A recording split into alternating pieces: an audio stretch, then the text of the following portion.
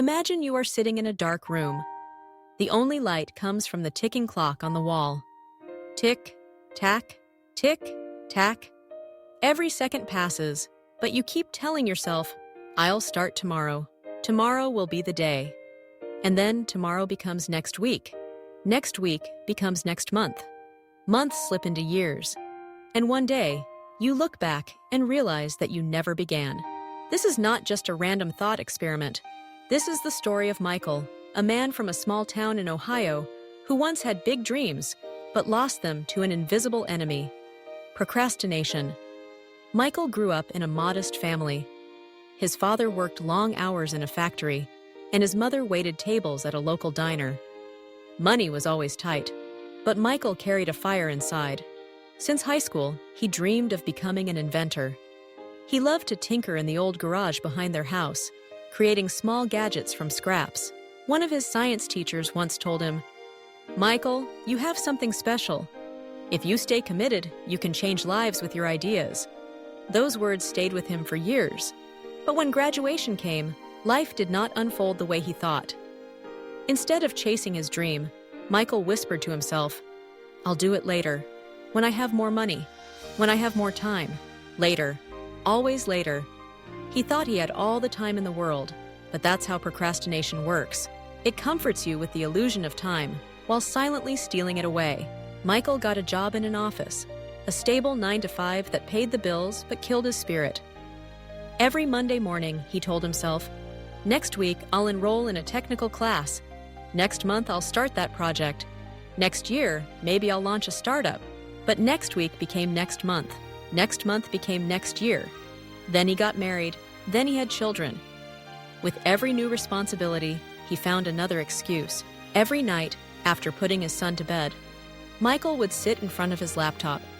He searched for materials, read about other inventors, and even scribbled new ideas in a notebook. But after 15 minutes, exhaustion whispered, "You're tired. Do it tomorrow." And tomorrow, again, became never.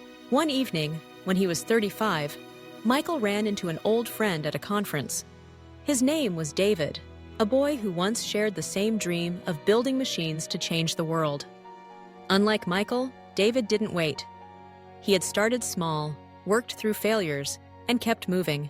Now David owned a growing tech company, with products displayed in major stores across America. As they shook hands, David smiled and asked, "Do you remember when we used to talk about changing the world together?" I started. "What about you?" Michael forced a laugh. "Life got busy. I haven't had the time." But inside, his heart sank. The truth hit him like a hammer. It wasn't life that stopped him. It was procrastination. Years passed. Michael turned 45. He was still at the same office job, staring at spreadsheets, wondering where his dreams had gone. One afternoon, he went into the old garage to clean. In a dusty corner, he found a worn notebook filled with ideas from his teenage years. On the first page, he had written, "The first project will begin this summer." But that summer had been 25 years ago. Michael sat on the floor with tears streaming down his face. The inventions he once believed in had never seen daylight. Not because he wasn't smart enough, not because he lacked resources, but because he let procrastination, the silent thief of dreams,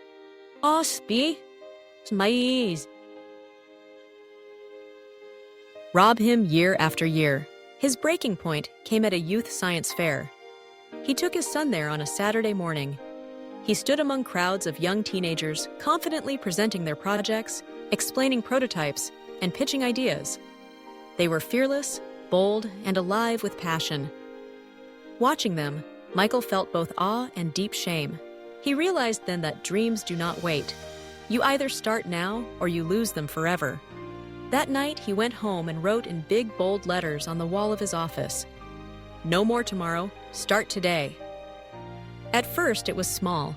He began spending 1 hour each night sketching, testing small models, and even posting some ideas online. His wife teased him, "Is this your midlife crisis?" But Michael just smiled. For the first time in decades, he felt alive. Something surprising happened.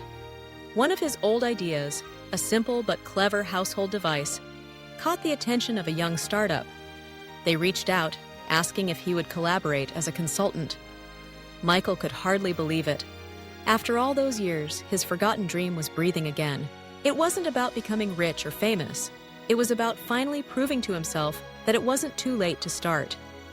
He learned that procrastination hadn't just stolen his time, it had stolen his confidence, his energy, his life. But the moment he chose action over delay, life began to give back. Looking back, Michael realized something important. Success was never about waiting for the right time. There is no perfect time. The perfect time is now. Every day you wait, procrastination is robbing you, little by little, until there's nothing left but regret. Michael's story is not unique. In fact, it might be your story. Maybe you have a dream. Writing a book, starting a business, learning a skill, getting in shape, or even telling someone you love how much they mean to you. And maybe you've been saying, "I'll do it tomorrow."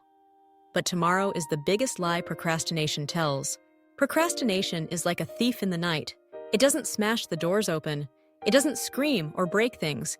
It just quietly sneaks in, steals a few minutes here, a few hours there. And before you realize it, years are gone. And so are your dreams. Michael once said, "I always thought procrastination was harmless, but now I see it's the most dangerous habit. It doesn't just waste time. It kills your spirit. It steals your potential. It steals your life." So here's the question. How many more tomorrows are you willing to lose? If you feel Michael's story reflects your own life, let it be a wake-up call. Don't wait for another year, another promotion, another paycheck, another perfect moment. There will never be a perfect moment. The only moment you own is this one. Pick up that notebook. Write the first page of that book. Enroll in that class. Make that phone call. Launch that idea. Do it scared. Do it messy. Do it imperfectly. But for God's sake, do it now. Because procrastination is the silent thief of dreams, and every second you delay, it's stealing from you. If this story touched you, if it felt like it was speaking to your own life, then don't just nod and move on. Take action. And while you're here, make sure to like this video, share it with someone who needs to hear it, and subscribe to the channel.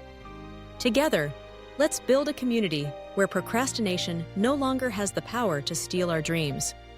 Your life is waiting. Your dream is waiting. Don't let procrastination steal it from you. Start now.